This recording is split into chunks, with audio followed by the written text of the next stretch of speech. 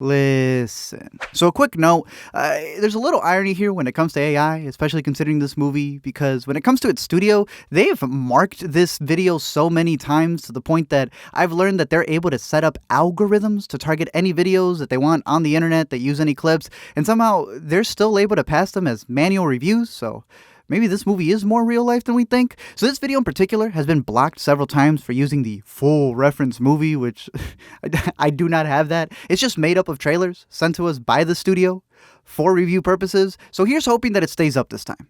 Back to me. So Blumhouse has a new movie starring that dude who looks like Tom Hardy 2.0 in a movie about an entity that enters his body and gives him these crazy powers to the point that it starts taking over and controlling him. It's Venom. To be honest, I thought it was a pretty dope movie. I think the dialogue is a little iffy at times, but the action's pretty great, and I would give it a rent it, especially because of that ballsy ending. Let me explain.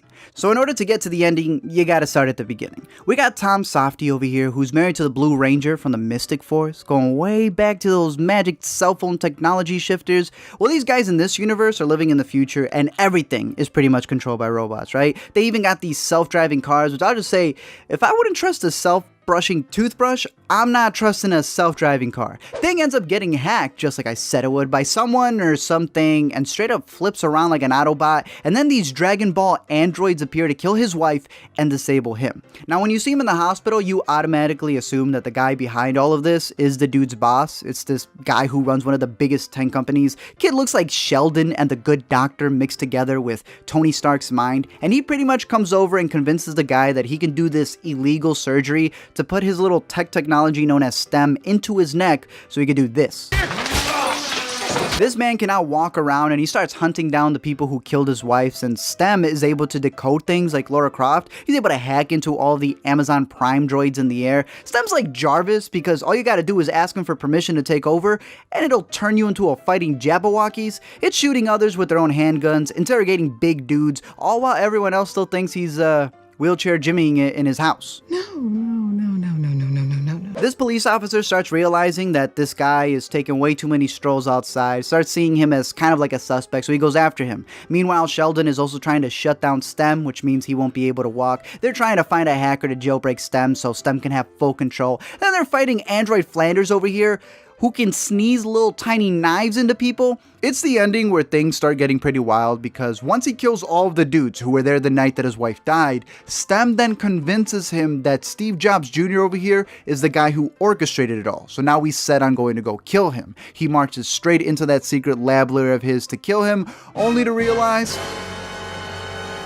STEM, the robot, is actually the evil genius behind it all. This is like Age of Ultron, where Tony created a super robot and then it just wanted to take over. It's been forcing Aaron to create robots for him and to find a perfect human body, Venom, in order for it to take over the world. Now, how can this dude get bullied by a computer chip? I don't really know, especially when you remember that Aaron had these firewalls up. That's the reason why they had to go get a hacker in order to be able to allow STEM to take over his body. But damn it, STEM's a robot and he finds a way. He completely takes over Gray's body and traps Gray in his own subconscious. He's still in there, but he's at a part of his brain where he believes he's in the afterlife with his wife. I mean, this is Blumhouse. Pretty much, he just trapped him in the sunken place. STEM then kills his creator, kills the cop, and walks away into the credits. So now you got the setup for what could be a Death Wish meets Terminator franchise. Not only can STEM pass as human now, but he's also got all of the knowledge in the world to create new androids. He can hack into everything in this technologically driven world, and if Blumhouse actually cuts the check for the budget, it might actually be alright. Thank you guys for checking out this video. I'm curious to know your thoughts. I think it's a decent movie. For the sound design and the visuals, maybe you want to see it in theaters. I think it's a solid rent it though. It has some dumb parts here or there. There's the moment where STEM isn't able to figure out that the little voice recorder thing is in the room. It's bro, that thing was digital. You could have sensed that. You're smarter than that. But other than that, I'm curious to see how they expand on it. You know, it definitely leads for a sequel, and I'm curious to see what you guys think about it down below in the comment section. Don't forget to comment, like, and subscribe down below, and I'll send you a computer virus.